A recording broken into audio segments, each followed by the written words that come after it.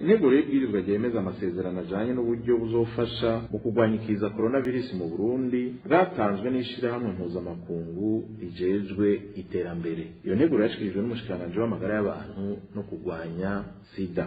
Leta y'u Burundi yararonkejwe uburyo bungana na miliyoni 5 z'amadolari y'abanyamerika bwari bugenewe gufasha mu kurwanya ikiza coronavirus mu kiringo c'amezi 12 kuva muri Mukakara umwaka wa 2020 gushika mu mpera z'ukwezi kwa Ruheshi umwaka wa 2021.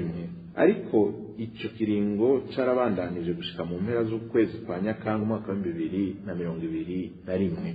Hararanguwe vyinshi nko mu kugira imiti canke ibindi bikoresho bifasha mu guhema be n'ibindi bikoresho byo kwikingira ico kiza. Kubera ko ibikorwa vyari vyategekanijwe bitashoboye kurangurwa vyose kubera uburyo bwabaye buke bitumwe no kuzimba kw'ibikoresho byo kwa muganga, bivanye kandi n'intunganyo nshasha yo kurwanya ico kiza yemejwe muri Nyakanga umwaka wa 2021 irimwo urucanco. Leta y'u Burundi yasavye banki y'isi yose uburyo bwiyongera kuri ubwo bwari bwaratanzwe kugira ngo ibandanye ihangana n'ico kiza. Banki y'isi yose yaremeye gutanga uburyo bungana na miliyoni 60 z'amadolari y'abanyamerika. Ubwo buryo rero buzofasha mu kurwanya ikiza coronavirus, haba mu kurondera incanco canke ibindi bikoresho bikenewe mu gupima no kuvura iyo ngwara. Ubwo buryo buzofasha kandi mu kugura rusehabaniha 50, iradiyo 30 zo gupima abagwayi